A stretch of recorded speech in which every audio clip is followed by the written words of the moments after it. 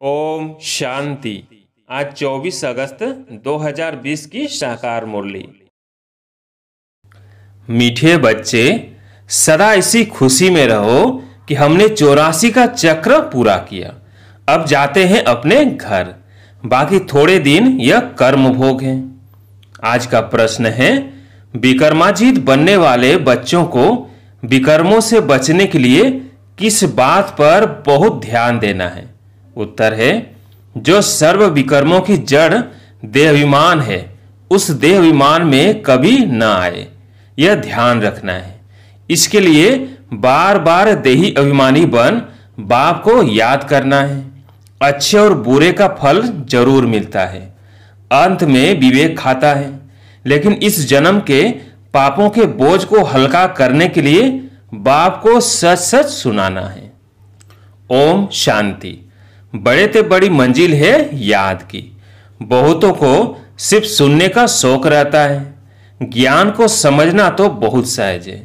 84 के चक्र को समझना है। सौदर्शन चक्रधारी बनना है। जास्ती कुछ नहीं है।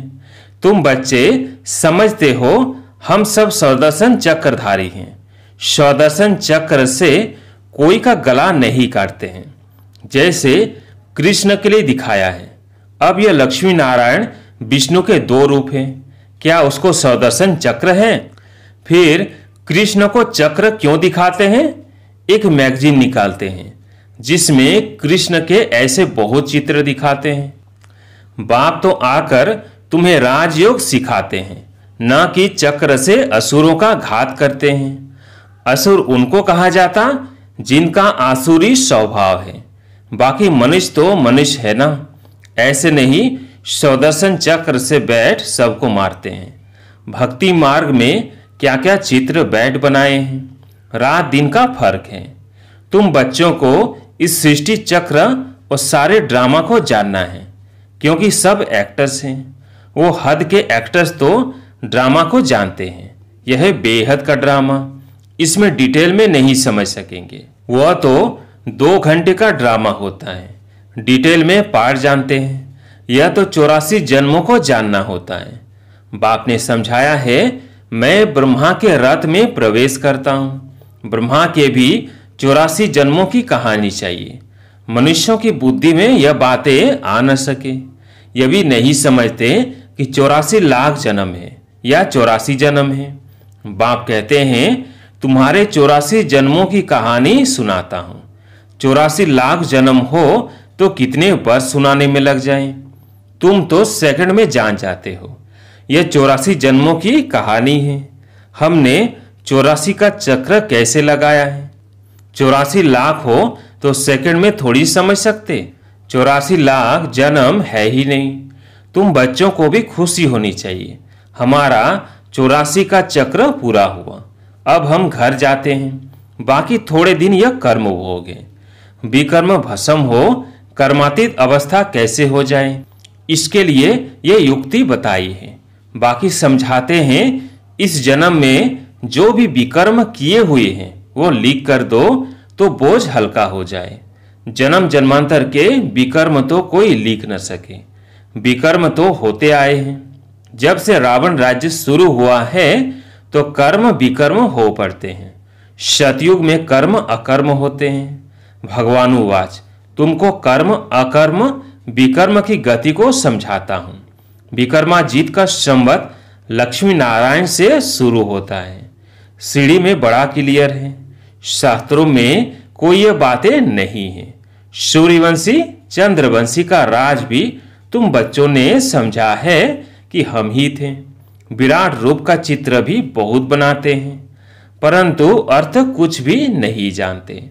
बाप बिगर कोई समझा नहीं सकते। इस ब्रह्मा के ऊपर भी कोई है ना जिसने सिखाया होगा। अगर कोई गुरु ने सिखाया होता तो उस गुरु का सिर्फ एक शिष्य तो नहीं हो सकता। बाप कहते हैं, बच्चे तुम्हें पतित से पावन, पावन से पतित बनना ही है। यह भी ड्रामा में नोंद है। अनेक बार यह चक्र पास किया है, पास करते ही रहेंगे। तुम हो ऑलराउंड पाठधारी। आदि से अंत तक पाठ और कोई का है नहीं। तुमको ही बाप समझाते हैं।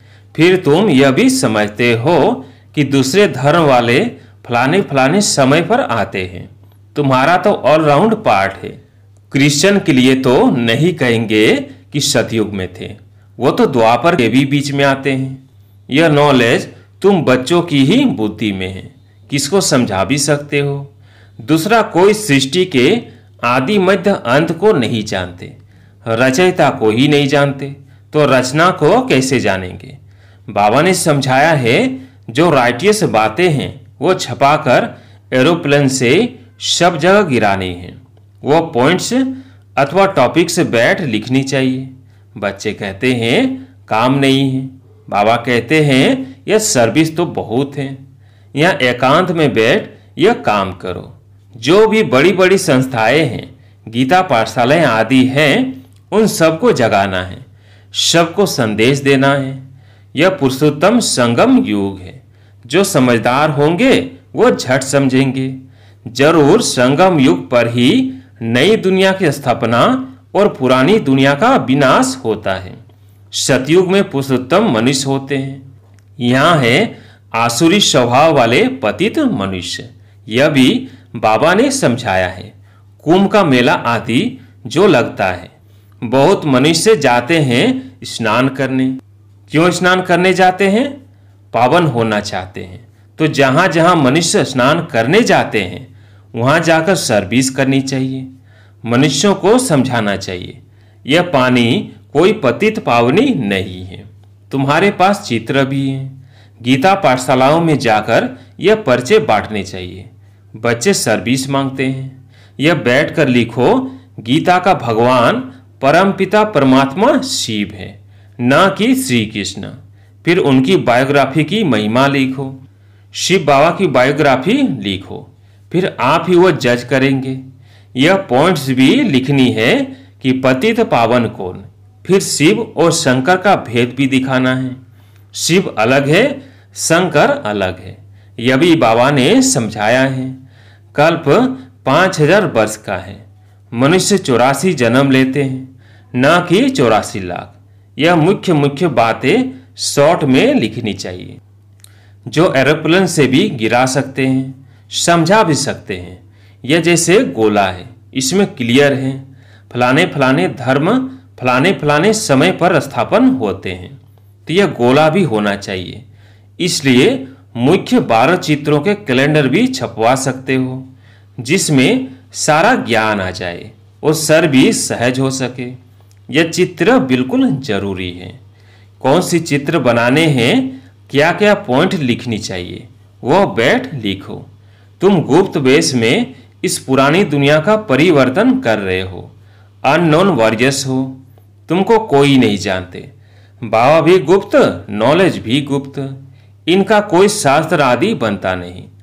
और धर्म स्थापक के बाइबल आदि छपते हैं, जो पढ़ते आते हैं, हर एक के छपते हैं। तुम्हारा फिर भक्ति मार्ग में छपता है। अभी नहीं छपना है, क्योंकि अभी तो यह शास्त्र आदि सब खत्म हो जाने हैं। अभी तुमको बुद्धि में सिर्फ याद करना है। बाप के पास भी बुद्धि में ज्ञान है। कोई शास्त्र आदि थोड़ी ही पढ़ते, वह तो नॉलेजफुल है। नॉलेजफुल का अर्थ फिर मनुष्य समझते हैं, सबके दिलों को जानने वाला है। भगवान देखते हैं तब तो कर्मों का फल देते हैं। बाप कहते हैं यह ड्रामा में नून थे। ड्रामा में जो विकर्म करते हैं तो उनकी सजा होती जाती है। अच्छे व बुरे कर्मों का फल मिलता है। उसकी लिखत तो कोई है नहीं। मनुष्य समझ सकते हैं जरूर कर्मों का फल दूसरे जन्म में मिलता है। अंत घड़ी विवेक फिर बहुत खाता है। हमने यह पाप किए हैं, सब याद आता है। जैसा कर्म वैसा जन्म मिलेगा। अभी तुम विकर्माजीत बनते हो तो कोई भी ऐसा विकर्म नहीं करना चाहिए। बड़े ते बड़ा विकर्म है देह अभिमानी बनना। बाबा बार बार कहते हैं देही अभिमानी बन बाप को याद करो। पवित्र तो रहना ही है। सबसे बड़ा पाप है काम कटारी चलाना। यही आदि मध्य अंत दुख देने वाला है। इसलिए सन्यासी भी कहते यह काग विष्ठा समान सुख है। वहाँ दुख का नाम नहीं होता। यहाँ दुख ही दुख है। इसलिए सन्यासियों को वैराग्य आता है, परंतु वो जंगल में चले जाते हैं। उन्हों का है हद का वैराग्य, तुम्हारा है बेहद का वैराग्य। ये दुनिया ही छीछी है। सब कहते हैं बाबा आकर हमारे दुख हरकर सुख दो। बाप ही दुख हरता सुख करता है। तुम बच्चे ही समझते हो कि नई दुनिया में इन देवताओं का राज्य था, वहां किसी भी प्रकार का दुख नहीं था। जब कोई शरीर छोड़ता है तो मनुष्य कहते हैं स्वर्गवासी हुआ, परंतु यह थोड़ी समझते कि हम नरक में हैं। हम जब मरे तब स्वर्ग में जाए, परंतु वो भी स्वर्ग में गया, वह यहां नरक में आया, कुछ भी समझते नहीं। तुम बच्चे 3 बाप का राज भी सबको समझा सकते हो। 2 बाप तो सब समझते हैं, लौकिक और पारलौकिक, और यह अलौकिक प्रजापिता ब्रह्मा फिर है यहाँ संगम युग पर। ब्राह्मण भी चाहिए ना। वो ब्राह्मण कोई ब्रह्मा के मुख वंशावली थोड़ी है। जानते हैं ब्रह्मा था, इसलिए ब्राह्मण देवी देवता नमः कहते हैं। यह नहीं जानते कि किसको कहते हैं। कौन से ब्राह्मण? तुम हो पुरुषोत्तम संगम युगी ब्राह्मण, वो है कलयुगी। यह है पुरुषोत्तम संगम युग, जब तुम मनुष्य से देवता बनते हो। देवी देवता धर्म की स्थापना हो रही है, तो बच्चों को सब पॉइंट से धारण करनी है और फिर सर्विस करनी है। पूजा करने व श्राद्ध खाने पर ब्राह्मण लोग आते हैं, उनसे भी तुम चीट चैट कर सकते हो। तुमको सच्चा ब्राह्मण बना सकते हैं। अभी भादों का मास आता है, सभी पितरों को खिलाते हैं, वो भी युक्ति से करना चाहिए। नहीं तो कहेंगे कि ब्रह्मा कुमारियों के पास जाकर सब कुछ छोड़ दिया है। ऐसा कुछ नहीं करना है जिसमें नाराज हो। युक्ति से तुम ज्ञान दे सकते हो। जरूर ब्राह्मण लोग आएंगे, तब तो ज्ञान देंगे ना। इस मास में तुम ब्राह्मणों की बहुत सर्विस कर सकते हो। तुम ब्राह्मण तो प्रजापिता ब्रह्मा की औलाद हो। बताओ ब्राह्मण धर्म किसने स्थापन किया? तुम उन्हों का भी कल्याण कर सकते हो घर बैठे। जैसे अमरनाथ की यात्रा पर जाते हैं तो ये सिर्फ लिखत से इतना नहीं समझेंगे, वहां बैठ समझाना चाहिए। हम तुमको सच्ची अमरनाथ की कथा सुनाएं। अमरनाथ तो एक को ही कहा जाता है। अमरनाथ अर्थात जो अमरपुरी स्थापन करे, वह है सतयुग। ऐसे सर्विस करनी पड़े, वहां पैदल जाना पड़ता है। जो अच्छे अच्छे बड़े बड़े आदमी हो उनको जाकर समझाना चाहिए। सन्यासियों को भी तुम ज्ञान दे सकते हो। तुम सारी सृष्टि के कल्याणकारी हो। श्रीमत पर हम विश्व का कल्याण कर रहे हैं। बुद्धि में यह नशा रहना चाहिए। अच्छा, मीठे मीठे सिकिलते बच्चों प्रति माता पिता बाप दादा का याद प्यार और गुड मॉर्निंग।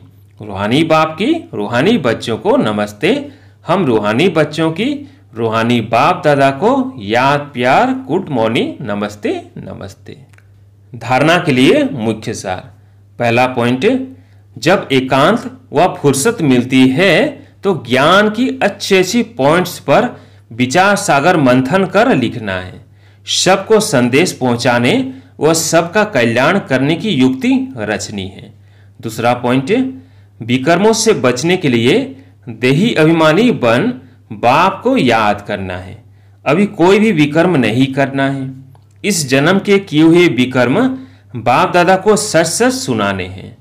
आज प्यारे मीठे बाबा का वरदान है, संपन्नता द्वारा संतुष्टता का अनुभव करने वाले सदा हर्षित विजयी भव। संपन्नता द्वारा संतुष्टता का अनुभव करने वाले सदा हर्षित विजयी भव। जो सर्व खजानों से संपन्न है वही सदा संतुष्ट है। संतुष्टता अर्थात संपन्नता। जैसे बाप संपन्न है इसलिए महिमा में सागर शब्द कहते हैं, ऐसे आप बच्चे भी मास्टर सागर अर्थात संपन्न बनो तो सदा खुशी में नाचते रहेंगे। अंदर खुशी के सिवाय और कुछ आ नहीं सकता। स्वयं संपन्न होने के कारण किसी से भी तंग नहीं होंगे। किसी भी प्रकार की उलझन यह विघन एक खेल अनुभव होगा। समस्या मनोरंजन का साधन बन जाएगी। निश्चय बुद्धि होने के कारण सदा हर्षित और विजयी होंगे। आज का स्लोगन है, नाजुक परिस्थितियों से घबराओ नहीं, उनसे पाठ पढ़कर स्वयं को परिपक्व बनाओ। अच्छा, ओम शांति।